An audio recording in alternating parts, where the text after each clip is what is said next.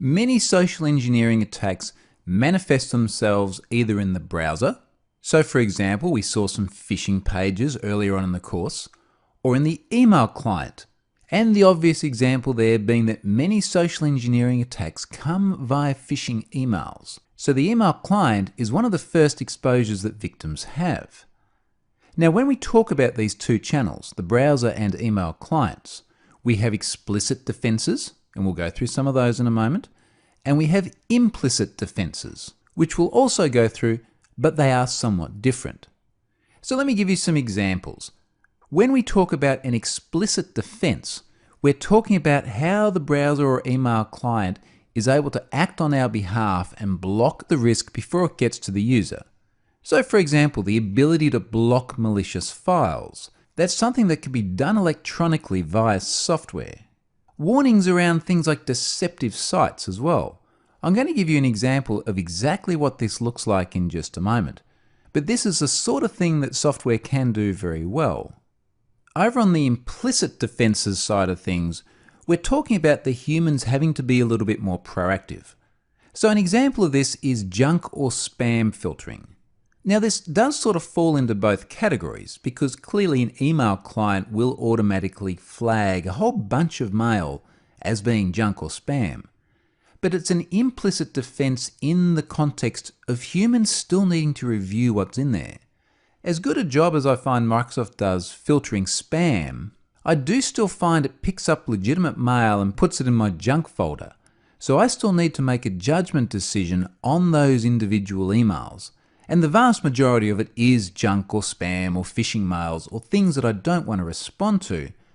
But it's a little bit implicit in that I've still got to make some decisions.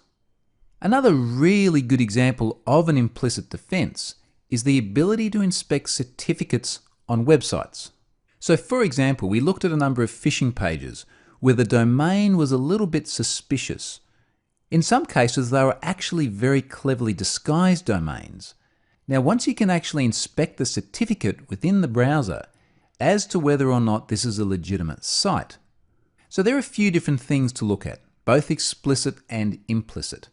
Let's go and have a look at some really good examples in the browser. This is a great example, Chrome's great big red screen. And what I love about this screen is that there is no mistaking it. There is something very, very clearly wrong when you see this. One of the criticisms of security warnings is that people do become a little bit numb to them. They see so many, they just accept them and move on. But Chrome in particular has done a really good job of these warnings because it's very rare to get a false positive and there is absolutely no mistaking that something serious is wrong. Now in this case, it's warning of a deceptive site. And if we look at the URL there in the address bar, we can see that it adheres to this pattern we saw a couple of times earlier on. And that is, there's a subdomain, which is paypal.com, and if you only read that far, you'd look at it and say, hey, that's quite legitimate. But then when you read the rest of that domain name, it's clearly got nothing to do with PayPal at all. The other thing I really like about how Google does this warning in Chrome is that if you do actually want to proceed, there's no clear obvious button here. You actually need to click on details, which will present you with another couple of paragraphs of text, and embedded within that text is the link that then allows you to visit the unsafe site. So it doesn't just present an easily identifiable button. And in fact, in many ways, it's a user experience anti-pattern because it makes it hard to find what to do next, which is precisely the point. Google really doesn't want you proceeding to this site. So you're very much obligated to read and understand the text before you can do anything. Another really good example is when a malicious file is downloaded. And what we can see in this case is Chrome using my antivirus software to identify that what's been downloaded is actually a virus. Now this is a great proactive measure, and as much as in modern times we're finding antivirus is not recognizing many of the risks that are out there, certainly when it does identify one such as we see here, it's great that that's blocked explicitly. So again, explicitly being that the software is working for you. It's not implicit in that you as the user need to make the value decision. That's particularly important when we consider that most users of browsers are not especially technically savvy. Moving on to email clients, here's a really good example of how Outlook has proactively, explicitly blocked an unsafe attachment. And in this case, we can see that someone has tried to send me a jar file, so a Java file, which inevitably has malicious content.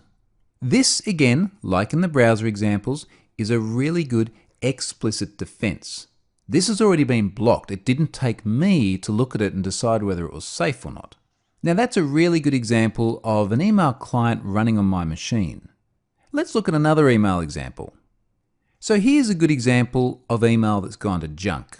And clearly this matches all the patterns of what we would expect junk mail to be.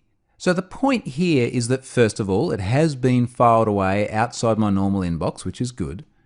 But second of all, Microsoft Smart Screen has blocked images from loading, because one of the things that spammers and scammers alike like to do is embed images in HTML emails that have unique tracking codes in the source.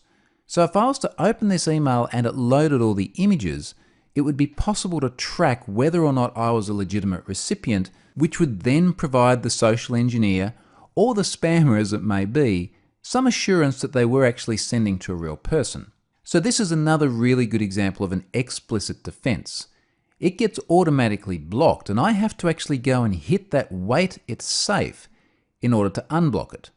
Now again, that would be a judgment decision on my part. So the humans are still able to get themselves into trouble, but by virtue of Smart Screen picking this up, that should serve as a warning sign to them. So they're just a few examples of how we get defenses in both the browser and email client. And certainly other good email clients and browsers do similar things, as do a number of good security products. Let's now move on and take a look at something a little bit different, and that's record destruction.